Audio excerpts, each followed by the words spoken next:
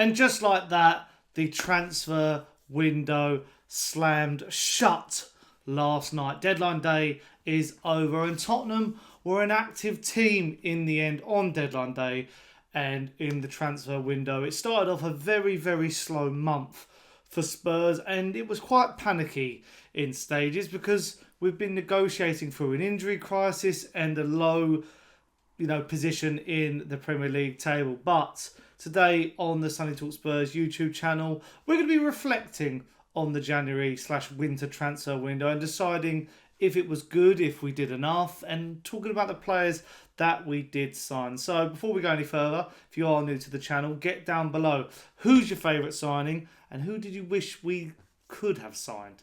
Because there will be a list as long as your arm heading into the summer.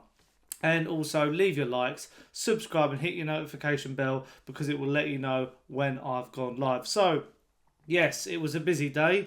I've done so many reactions and deep dives on the different players, so go and check them out after this one. But we'll start at the very top, and that is Antonin Kinsky. He was the first player we brought in, and that feels like a long time ago. The 21-year-old goalkeeper from Slavia Prague. He's already played quite a few games in the Premier League. We know he was a signing that was brought forward by Tottenham. It was one that was probably going to be done in the summer. We were eyeing up a goalkeeper to be the understudy of Fikayo because, Fikayo he's not young for a goalkeeper, he's not old for a goalkeeper, but we are willing to let go of Fraser Forster in the summer and probably, Brandon Austin and Alfie Whiteman don't have futures at the football club. They just never did. They were, there for a quota. So Kinksy was brought in for quite a reasonable fee and a very good up-and-coming goalkeeper, and also a signing that sort of came out of nowhere. As I said, he was one that David Ornstein has confirmed was going to be done at a latter stage, but because of the situation with the injuries, he was brought forward, and I'd say so far he's been quite impressive. On his debut, he got a clean sheet against Liverpool in the League Cup first leg of the semi-final. He then played Tamworth, but since then, he's made some mistakes.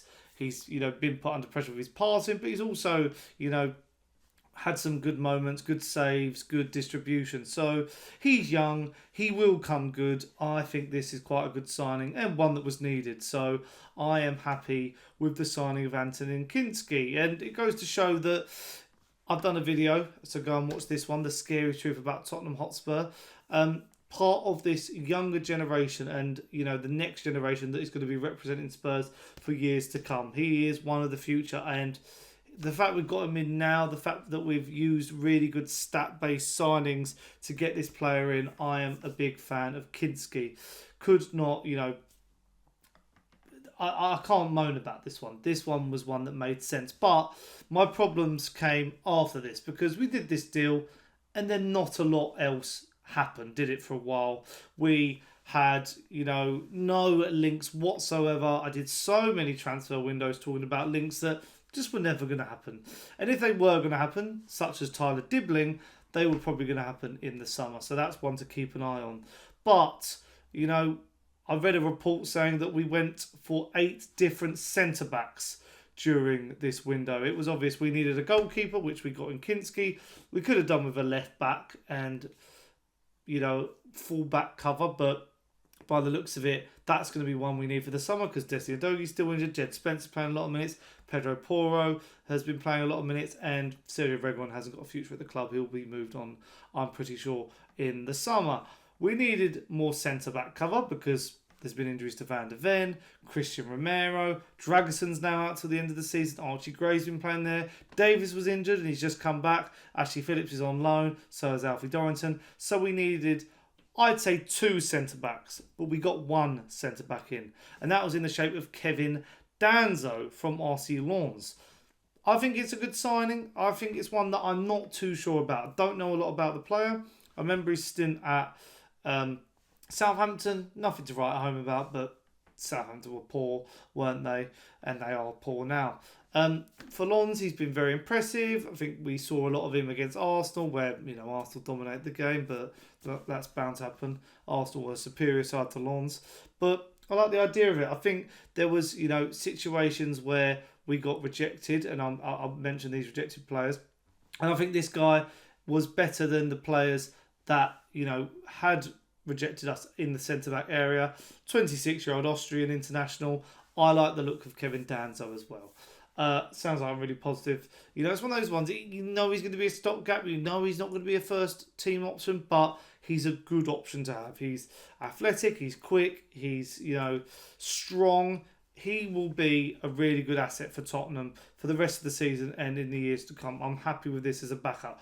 I would have liked another centre-back, but when I get into the players we missed out on, there wasn't another option that I was a big fan of. And if there isn't that case, there's no point going for him.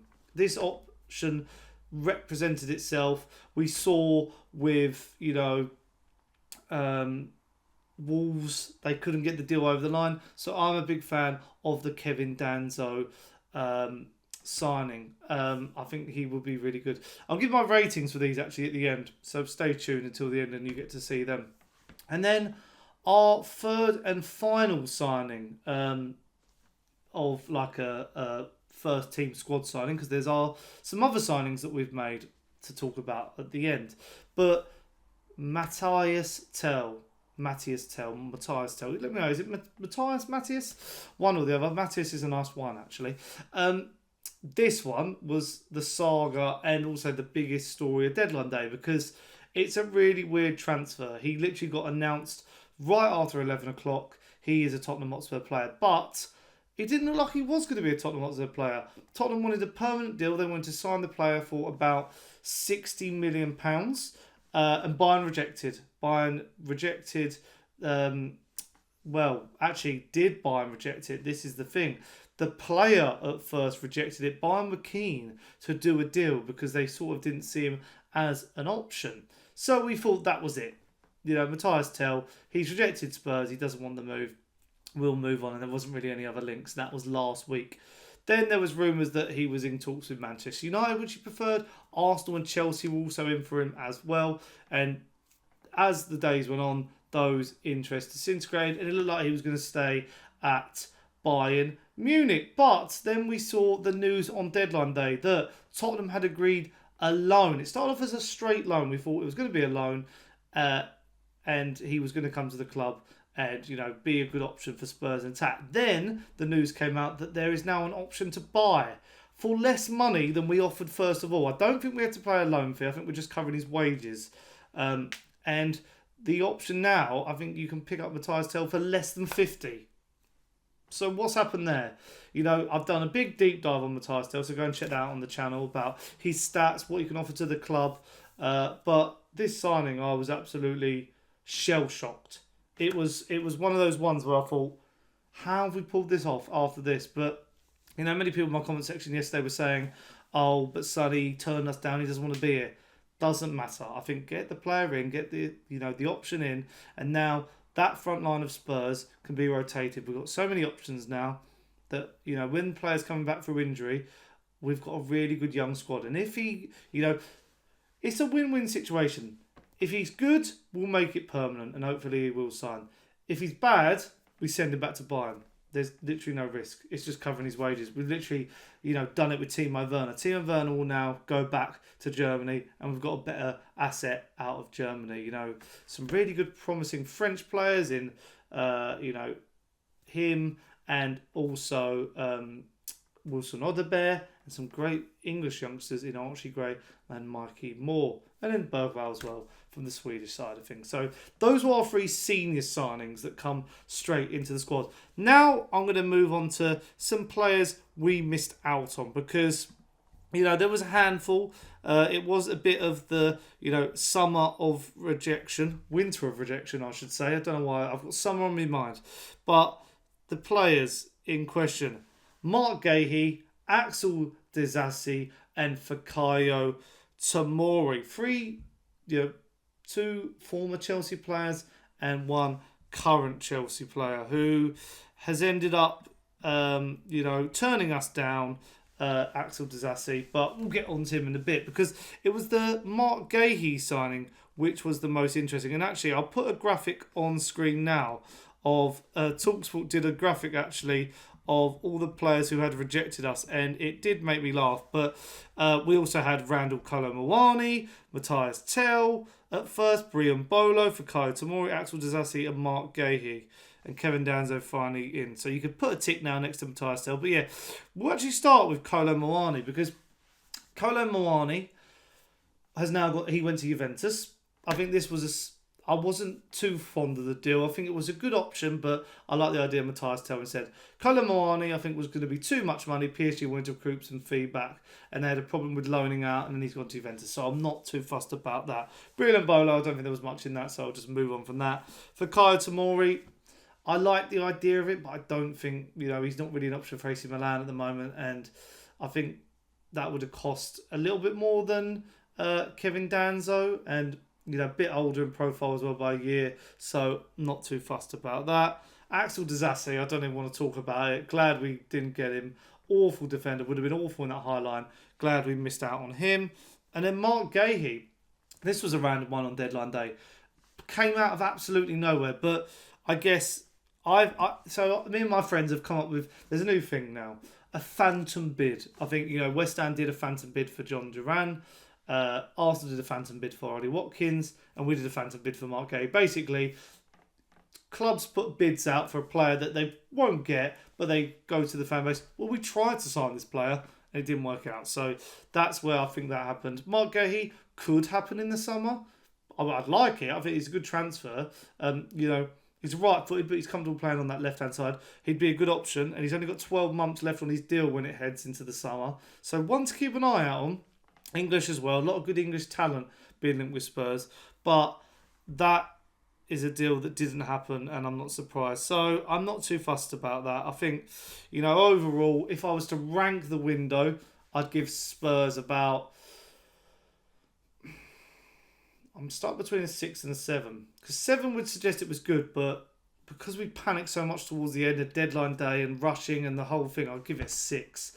Kinksy, I think all the good players are good, but just the handling of it all has just been a disaster. And the fact that, Ange Postecoglou had to convince Mathys Tel to join the club sums it all up, considering that this manager, we don't even know what his future is going to be. So I'd give the overall window a 6, but I'd give Kinksy, I'd give him a 6.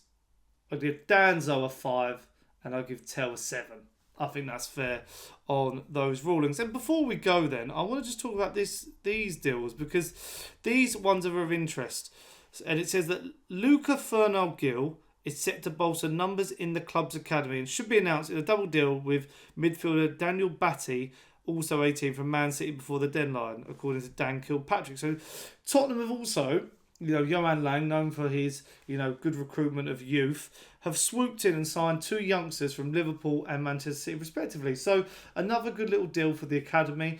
Obviously, if they don't work out, good sell-on fees as well. So I like the idea of this. Not a bad little acquisition. So still a lot could have been done for Spurs, but that's what the summer window's for. I think we've now got some good stopgaps, some good bodies. We just need to get these players back from injury and returning to full fitness. But that's all I've got time for today. Hope you have enjoyed the video. Let me know what you rank the transfer window in the comments down below. Leave your like, subscribe, hit the notification bell. Until the next video, which will be a match reaction to the Liverpool game, and I'm nervous about that one already. I will see you guys then. Ciao.